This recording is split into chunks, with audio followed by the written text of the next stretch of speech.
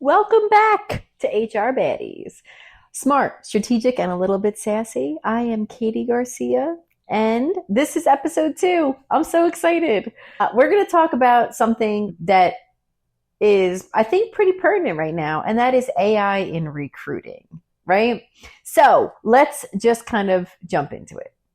LinkedIn put out a survey that found that 75% of companies now use some form of AI in their hiring process. So that's from resume screening to chatbots. And every single quarter, that number seems to be going up. And I think in a world where a lot of people are using AI to write their resumes, and then it feeds into a system that is scanned by AI to evaluate that resume, where are we going? Where is this going, right? So in the next 20 minutes, we're going to kind of talk about what AI can actually do for your recruiting, where it could potentially trip you up, and kind of how to roll it out as a small or mid-sized business without burning through your budget. Okay? So that's kind of a little bit of the agenda of where we're going to jump into today. So when we talk about applicant tracking systems, right? So an ATS, most of them are powered by AI. And the whole idea of an ATS is to rank or even like shortlist candidates based on a job description and skills. So it takes what you post out in the job description for the duties of the role, the skills required for the role, the education for the role, and then it pairs it with a candidate's resume. So when the candidate's resume has keywords or it has the degree required or things like that, you're going to get a higher ranking, or you're going to get, they're going to get put on the short list. So it makes a lot of sense in that aspect of it. So like if you're using LinkedIn Recruiter, they even have like an AI candidate suggestion, right? Indeed also has something that's very similar where it will kind of assess your job description and then it'll say like, hey, here's some people who have resumes in our database that match what you're looking for. Right? But what I find in those is that things are normally missing. Basic things will be missing, right? So let's say that I have a position posted that requires experience with 500 plus person organizations, right? There's nowhere that LinkedIn or Indeed, frankly, has found to search that field and manage it, right? So it would take a little bit of extra work for AI to do it because it's going to have to look at, Sally Sue jewelry versus something like Tiffany's, right? It's going to have to take organization size into account. But that's really where things are kind of moving, is the more specifics that people put in their job posting, resumes aren't always picking that up because they're looking for things that are the AI screening is looking for things that are in the resume. But not always are people going to put that in there. As a physical recruiter, as a person recruiter, things you want. So the questions in your initial screening, one of them is going to be, have you supported organizations of more than 500 people? Because you may not be able to tell from the companies that they've worked for. So that, anyway, the automated screening and matching is kind of where this whole thing is starting. Then there's chatbot and candidate communication. So there's most of the time like automatic emails that are going to candidates. There's automatic scheduling links that go out to candidates. There's 24/7 chat support. There's text messages with updates of the status. There's all of these different things that are set to kind of enhance candidate experience and make it a little bit easier for the recruiter. But in the end, are they doing that?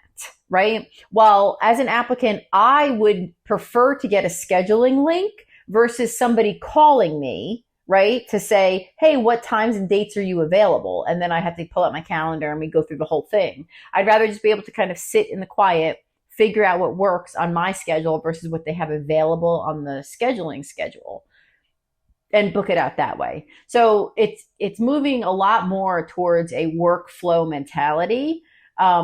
Is supported by AI by the time we get to have identified a candidate, right? I don't know that AI can necessarily identify the best candidates. I really think that still takes the people piece, as I was just talking. But once you kind of get to pushing them into the pipeline, a lot of that has just become automated, right? It would be great if there was an ATS out there that once an interview was scheduled, when it made the booking on the calendar, if it just attached the candidate's profile and resume right to that. Maybe that exists, but I haven't even seen it yet. Predictive analytics is another thing, right? So AI tools are using forecasting for like the time to hire to identify the best recruiting channels, or like to kind of flag candidates that may drop out of the process, right? How it does all that, I don't really know, right? But it's looking at these different analytical pieces that it's pulling from wherever it pulls from, and it's trying to drive out the predictive analytics. So HR and recruiting has been very focused on time to hire, right? But AI now is kind of taking that a step further, where it's taking into account the complexity of the role, maybe the location of the role, and it's trying to figure out from there what they think the time to hire will be. And then as people go through the process, they'll know in the end if it happens or not. And then beyond, once they're in the recruiting phase of it, but like once they're hired, AI and process workflows plays a big part in the employee life cycle, right? So there's onboarding that happens, and a lot of times people just want where they flag that somebody was hired, put in their start date and their salary, and they want it just kind of to run through a process, right? Hey, here's all the paperwork for you to complete. Hey, here's all the trainings you have to complete. Oh, here's who you're going to be reporting to. This is where you go on your first day. All of these things they kind of want automated, which happens through utilizing AI systems. So I think that's another piece to even think about beyond just the candidate, right? And the recruiting end of it. Okay. So what kind of are the risks when we talk about AI and recruiting? I think we talk a lot about personal bias in recruiters and hiring managers. Hey, we went to the same school, or, we come from the same city, or whatever it may be. But a lot of times, there's algorithm-based biases that can be in there. And so there's been a lot of focus on that, because there were a lot of systems that say, very early on, there was a big thing about that AI was downgrading women's resumes for tech jobs, right? Because they felt that men were more qualified. So I think that it's come away since then. However, the first podcast that I dropped is about veteran employment. And so you may find a super qualified candidate who has everything you want, but it's just written in the wrong language. So it could be written, like, let's say in military jargon, right? Versus that, but what you have in the job description and what the keywords that it's looking for. They may also have years and years, 20, 30 years of experience doing something, but may not have a base level certification. So that's another piece where you're not going to know AI won't know to look for any of that stuff, right? There's also always the concern over privacy and data security, right? So making sure that the way the candidates are being stored in the system complies with all of the state privacy laws and the federal privacy laws that are out there is I guess kind of another concern. There already has been some breaches in an awful lot of big companies lately. So making sure that things are maintained, the higher it goes, the harder it would seem to be to maintain, right? There's also a bunch of different regulations that have been coming up. Like New York City put out an automated employment decision tool law. Illinois also put out an AI Video Interview Act, and the EEOC has also put out a guidance on AI discrimination. So those are kind of all things to look for as well. How your system is recruiting, what kind of things that they're doing kind of on the backside, and being able to understand that. But I think in the recruiting process, I don't know that there's a way to have AI output beat out a human review, right? So AI can assist, but AI should not be deciding. Okay, so when we talk about the basics of recruiting, pushing somebody through a pipeline and never having actual physical eyes on their resume is just a dangerous thing, because again, a lot of resumes are being built with AI and then fed into this AI generated system that's evaluating them and giving them a ranking and kind of helping to decide if they should move forward or not. But having somebody physically look at it, read through it, and make a final determination is still so important, right? So when you're a smaller organization, how can you look at implementing AI responsibly? Because bigger organizations obviously have access to a lot more things and opportunity and dollars, but that's not always where smaller organizations lay. Okay. So I talked a little bit about workflow, right? And making sure that repetitive tasks like scheduling the screening or base interview questions or things like that, how can you pull automation into it to save time? So again, like LinkedIn and Indeed have like screener questions, which are really great because you can say like, hey, this job requires a bachelor's degree. And if they don't have a bachelor's degree, it will still take their application, but it just won't filter them into like a qualified candidate because you can make it knock them out, right? Based on just that one piece of information.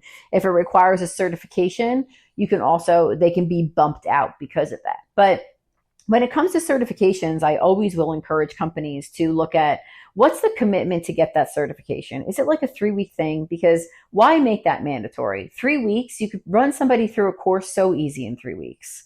So kind of looking at your workflow and figuring out where automation can happen is a really great way to do that. Now, you can also pick out 1 or 2 things, like maybe you just set up a scheduling link. You don't need to jump into a whole process revamp right now, but picking out 1 or 2 things that really would impact change instead of somebody having to manually email and schedule, a time to call to then schedule a time for the interview. But just maybe setting up a scheduling link or something like that would be a great way to kind of start looking at automating your workflow. Really assessing the tools and the vendors that are out there, right? So you can do a lot of research about transparency and the algorithms and like how the data is used by a lot of the large ATS systems, but really kind of understanding which ones work best for you.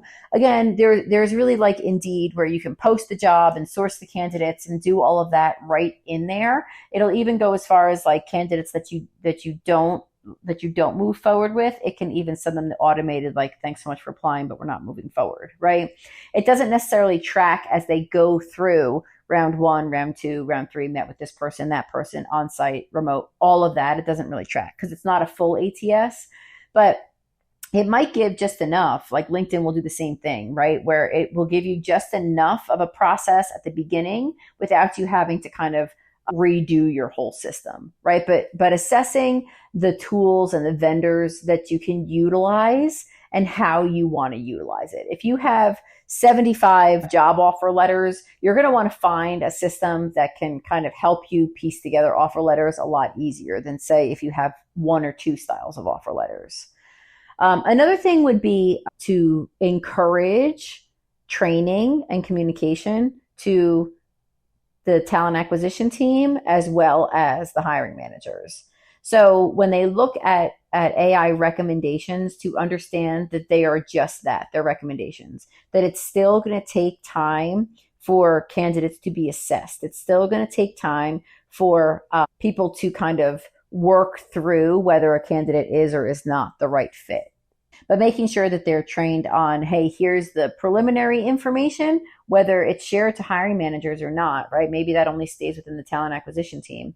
But that would be one piece. And then also you may want to consider letting candidates know when AI is part of the process, right? So to say like that, hey, your resume is screened or, whatever it may be, and where they stand in the process. Because I think a lot of people are getting more comfortable with it, but there's still plenty of people that don't want AI to have any part of their process for anything, right? So what is some quick ways that we can kind of delve a little bit into AI and decide what we're going to do, right? So one of the first things is kind of what I mentioned above, is like, let's pick one thing, right? I think a scheduling assistant is a really great thing, a link to schedule. I know if you have Microsoft Teams, they now have a way to do that. Calendly is a great one. There's another one that's called TidyCal. So there's all these really great options that are out there that can help you to kind of organize that. Also, none of this is sponsored. So these are all literally just things that I have found along the way in order to help when I, as an HR professional, have had to go forth and do recruiting. These are some of the tools that I have literally found and used my very own self.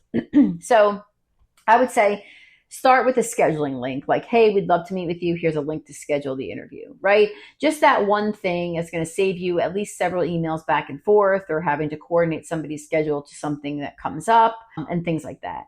Another thing I would say that could be a quick piece to do right now would be to set up an internal review team to kind of look at the outcomes of what comes from AI and maybe the biases that might be attached to it. You might find none, right? You might find that there's still enough screening, human screening going on, that it really doesn't matter. And AI is pulling out that people that have a bachelor's degree or a mental health certification or whatever it may be that the job requires. So it all also is dependent on how much AI you're kind of plugging in and using through the process.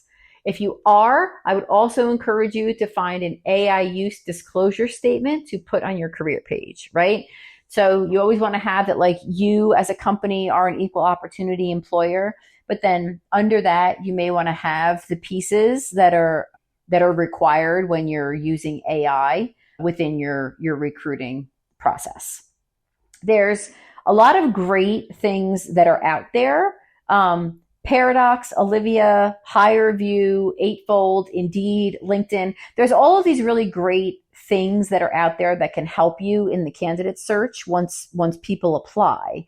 So I think that just knowing and understanding and really researching what you have available to you. You may already have something like running your payroll through Paylocity. And in Paylocity, you already have all the great things that come with an ATS. They actually have a really great resume parsing, in my opinion. So there's all of these really great opportunities to connect in with systems that can help support you. But I would say really go through like what you currently have and what you want to add to it, and really what the capabilities of what your current systems are. Now, let's talk a little bit really quick at the end, okay, about this kind of trend and push into AI. People feel a lot of different ways about it, right? So there's AI built resumes that are getting fed into an AI ATS system. So in that, I think that there is always the chance that things get lost. So having somebody that can review it and put actual eyes on is a really great thing. On the flip side of that, AI can definitely save hours, and it can improve the candidate experience because it will make it a lot more streamlined for the candidate. But I believe only when it's transparent and it's managed. You can't just kind of let it run loose, right? So what I would say is, from here, I would love to hear if you have any stories about recruiting technology or AI going wrong, because I think those are hilarious. But I think from here, right, where does the world go? Because there's a lot in AI that's evolving right now, and there's a lot in AI that goes right, and there's a lot in AI that goes wrong. So I'm also, this is the second episode that I'm dropping. Today's the first day that all these are going out. So I'm also dropping episode 3, which is pay transparency. And I would love for you to listen to episode 1 if you haven't yet, on military and veteran talent. That's definitely my heart work and my favorite thing to talk about. So subscribe to HR Baddies wherever you listen to podcasts. Check out hrbaddies.com, and let's keep building workplaces that are smart, strategic, and slightly sassy.